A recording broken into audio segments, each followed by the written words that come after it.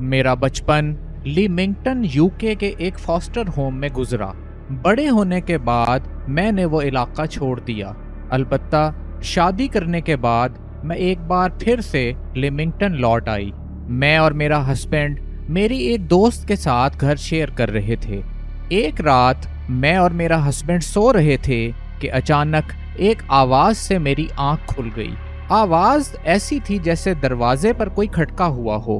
اس کے ساتھ ہی میری دوست کا پالتو کتا ایک دم جیسے پاگل ہو گیا۔ وہ مسلسل بھونکنے لگا اور اس بات سے مجھے اندازہ ہوا کہ دروازے پر میری دوست نہیں ہو سکتی۔ میری چھٹی حس نے مجھے اکسایا کہ میں دوڑ کر بیڈ روم کا دروازہ پکڑ لوں، اور میں نے ایسا ہی کیا۔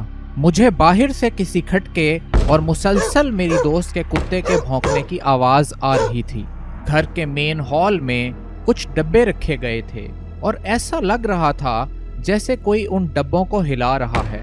میرے ہسبینڈ نے قریب پڑا ایک ڈنڈا اٹھایا اور دروازہ کھول کر باہر نکلا۔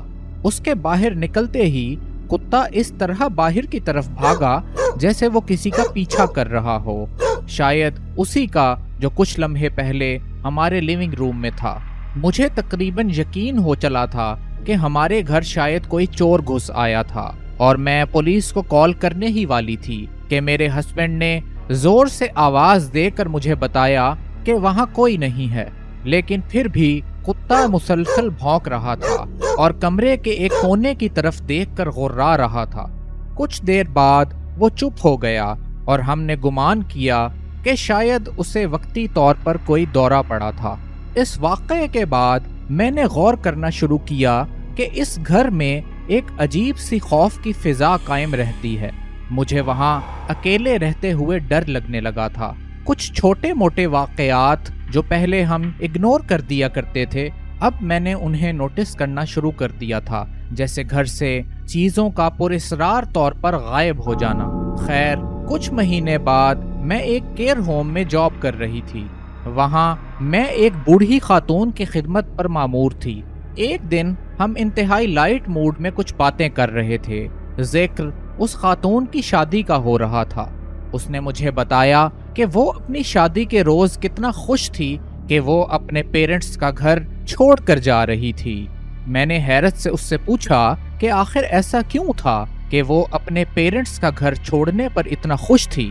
اس نے مجھے بتایا کہ وہ گھر ہانٹڈ تھا اور وہ شادی کے بعد لوٹ کر اس گھر میں کبھی نہ گئی۔ میں نے اس سے پوچھا کہ آخر اس کا وہ گھر کہاں تھا۔ اس نے جواب دیا، رسل ٹیرس۔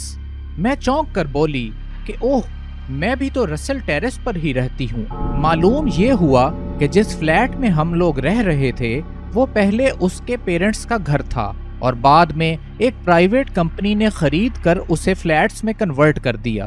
جس کونے میں دیکھ کر وہ کتا اس دن بھونک رہا تھا، وہاں کسی زمانے میں اصلی گھر کے ہال وے میں جانے کا رستہ ہوا کرتا تھا۔ جب میں گھر پہنچی تو میں نے جا کر اس کمرے کا جائزہ لیا۔ جب میں نے اس کونے پر پڑا صوفہ ہٹا کر دیکھا تو مجھے احساس ہوا کہ یقیناً یہاں پر کوئی دروازہ تھا جسے کہ اینٹیں لگا کر بلاک کر دیا گیا تھا۔ خوفناک بات یہ بھی تھی کہ مجھے اس لیڈی نے بتایا کہ اس کے پیرنٹس سے پہلے جو لوگ یہاں رہتے تھے وہ سیٹنزم اور کالا جادو پریکٹس کرتے تھے۔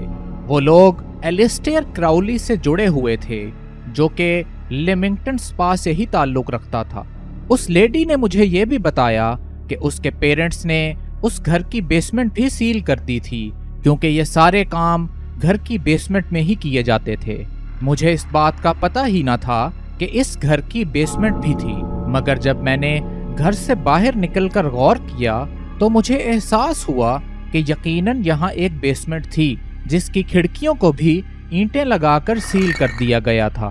ان واقعات کے کچھ عرصے بعد ہی گھر کی دیواروں پر بلیک مولڈ اگ آیا۔ ہم نے جب لینڈ لارڈ سے بات کی تو اس نے بتایا کہ اس کی وجہ شاید قریب سے گزرنے والا دریا تھا، جس کی وجہ سے بیسمنٹ میں پانی آ گیا تھا اور وہی مولڈ کے اگنے کا باعث بنا۔ کیونکہ بیسمنٹ کو سیل کر دیا گیا تھا اور پانی کئی سالوں سے وہاں آتا رہا، اس کی وجہ سے اس بلڈنگ کا سٹرکچر بری طرح ڈیمیج ہوا تھا۔ ان واقعات کے کچھ عرصے بعد ہی ہم نے اس گھر کو چھوڑنا ہی مناسب سمجھا۔ کچھ عرصے بعد اس گھر کو دوبارہ سے رینوویٹ بھی کر دیا گیا، لیکن حیرت انگیز بات یہ تھی کہ لینڈ لارڈ نے بیسمنٹ کو رینوویٹ یا ریسٹور کرنے کی کوشش نہ کی۔ حالانکہ وہ پرائیویٹ کمپنی اگر چاہتی تو بیسمنٹ کو مزید فلیٹوں میں کنورٹ کر کے ایک اچھی خاصی ارننگ کر سکتی تھی۔